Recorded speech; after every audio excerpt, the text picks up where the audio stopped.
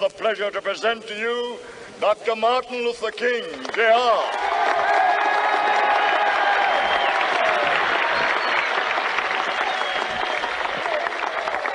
I am happy to join with you today in what will go down in history as the greatest demonstration for freedom in the history of our nation.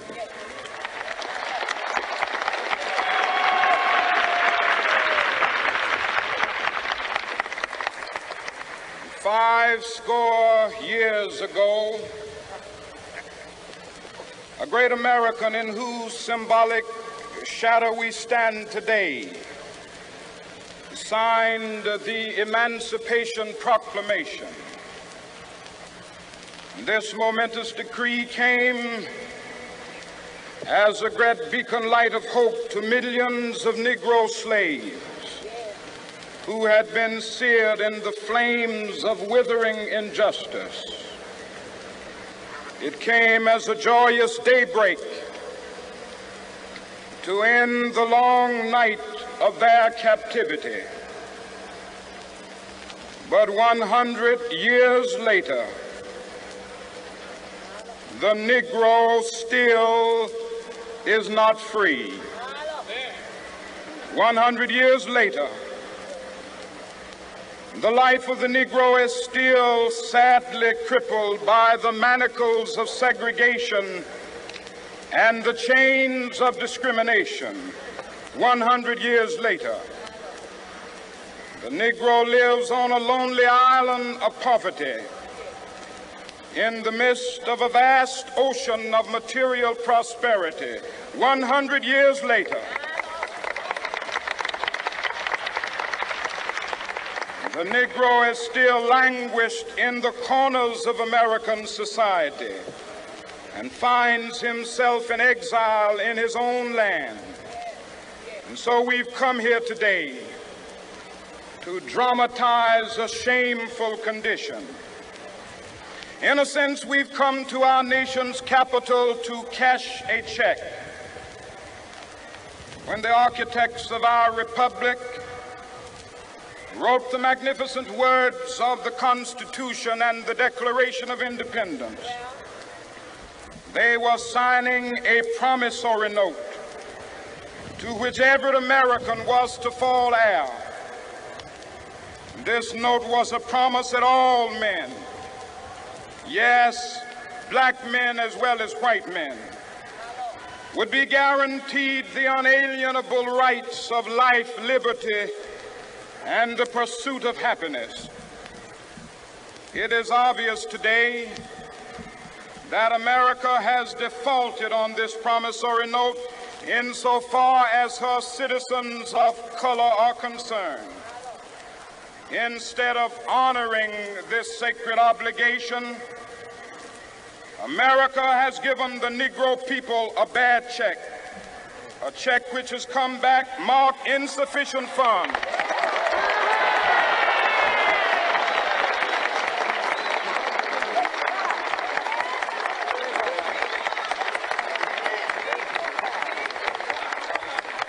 But we refuse to believe that the Bank of Justice is bankrupt.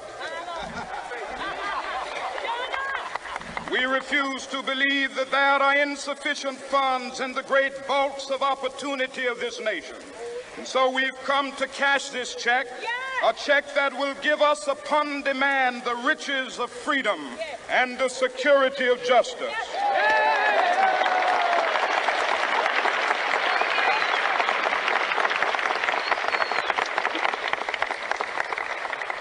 We have also come to this hallowed spot to remind America of the fierce urgency of now. This is no time to engage in the luxury of cooling off or to take the tranquilizing drug of gradualism.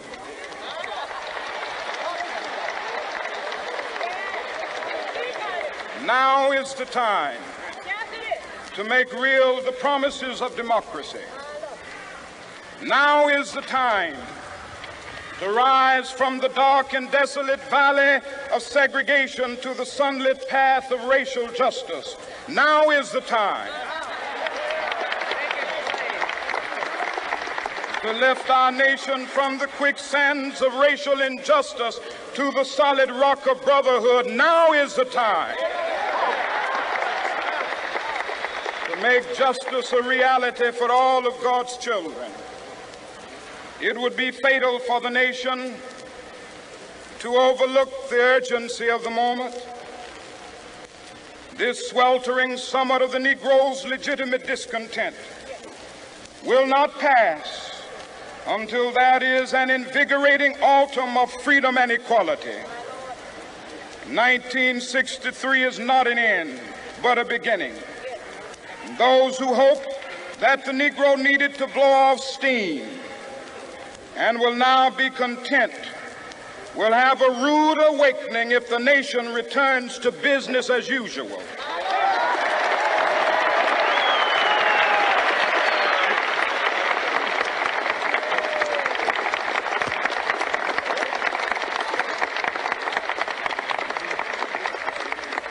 There will be neither rest nor tranquility in America until the Negro has granted his citizenship rights.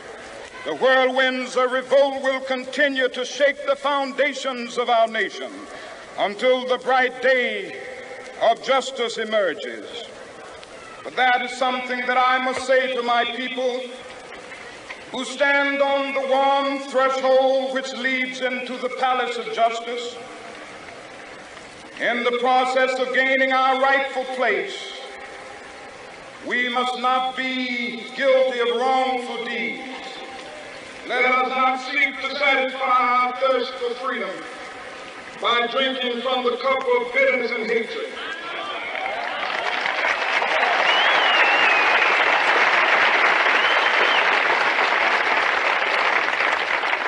We must fail to conduct our struggle on the high plane of dignity and discipline. We must not allow our creative protest to degenerate into physical violence.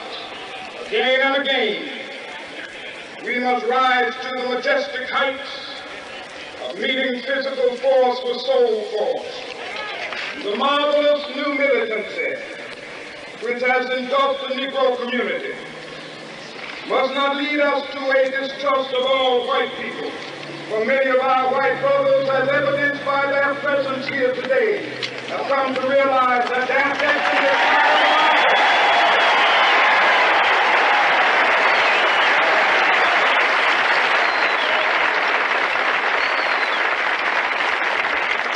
They have come to realize that their freedom is inextricably bound to our freedom. We cannot walk alone. As we walk, we must make the pledge that we shall always march ahead. We cannot turn back. There are those who are asking the devotees of civil rights, when will you be satisfied? We can never be satisfied as long as the Negro is the victim of the unspeakable horrors of police brutality.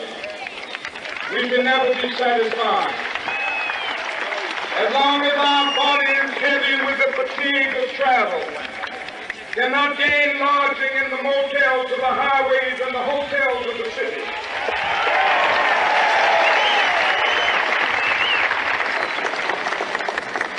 We cannot be satisfied as long as a Negro in Mississippi cannot vote and a Negro in New York believes he has nothing for which to vote.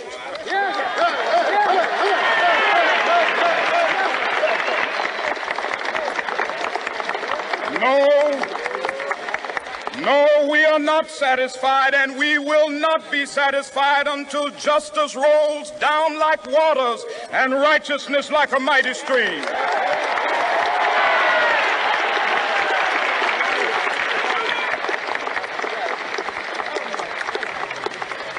I am not unmindful that some of you have come here out of great trials and tribulations. Some of you have come fresh from narrow jail cells. Some of you have come from areas where your quest for freedom left you battered by the storms of persecution and staggered by the winds of police brutality. You have been the veterans of creative suffering. Continue to work with the faith that unearned suffering is redemptive. Go back to Mississippi. Go back to Alabama. Go back to South Carolina. Go back to Georgia. Go back to Louisiana. Go back to the slums and ghettos of our northern cities, knowing that somehow this situation can and will be changed. Let us not wallow in the valley of despair. I say to you today, my friends,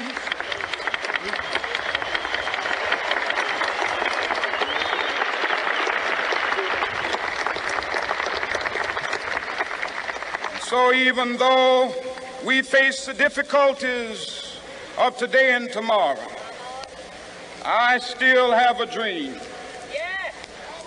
It is a dream deeply rooted in the American dream.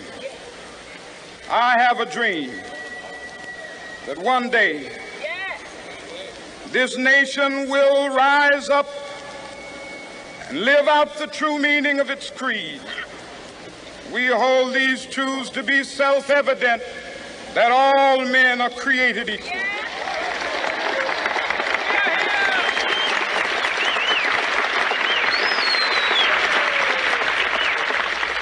I have a dream that one day on the red hills of Georgia, the sons of former slaves and the sons of former slave owners will be able to sit down together at the table of brotherhood. I have a dream that one day, even the state of Mississippi, a state sweltering with the heat of injustice, sweltering with the heat of oppression, will be transformed into an oasis of freedom and justice. I have a dream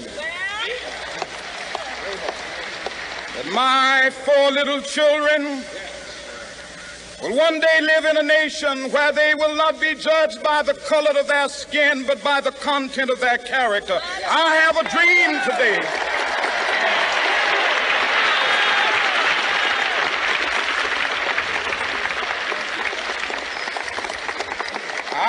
a dream that one day down in Alabama, with its vicious racists, with its governor having his lips dripping with the words of interposition and nullification, one day right there in Alabama, little black boys and black girls will be able to join hands with little white boys and white girls as sisters and brothers. I have a dream today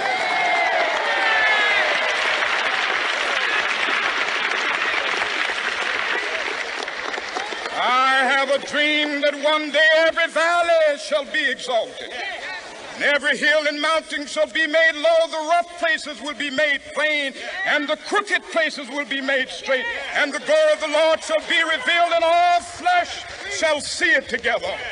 This is our hope. This is a faith that I go back to the South with. With this faith, we will be able to hew out of the mountain of despair a stone of hope. With this faith, we will be able to transform the jangling discords of our nation into a beautiful symphony of brotherhood. With this faith, we will be able to work together, to pray together, to struggle together, to go to jail together, to stand up for freedom together, knowing that we will be free one day. This will be the day. This will be the day when all of God's children will be able to sing with new meaning, "My country, tears of thee. Sweet land of liberty, of thee I sing. Land where my fathers died, land of the pilgrim's pride. From every mountainside, let freedom ring. And if America is to be a great nation, this must become true. And so let freedom ring. From the prodigious hilltops of New Hampshire, let freedom ring. from the mighty mountains of New York. Let freedom ring from the heightening Alleghenies of Pennsylvania. Let freedom ring from the snow-capped Rockies of Colorado. Let freedom ring from the curvaceous slopes of California. But not only that, let freedom ring from Stone Mountain of Georgia. Let freedom ring from Lookout Mountain of Tennessee. Let freedom ring from every hill and molehill of Mississippi, from every mountainside. Let freedom ring, and when this happens, when we allow freedom ring, when we let it ring from every village and every hamlet, from every state and every city, we will be able to speed up that day when all of God's children, black men and white men, Jews and Gentiles, Protestants and Catholics, will be able to join hands and sing in the words of the old Negro spiritual, free at last, free at last.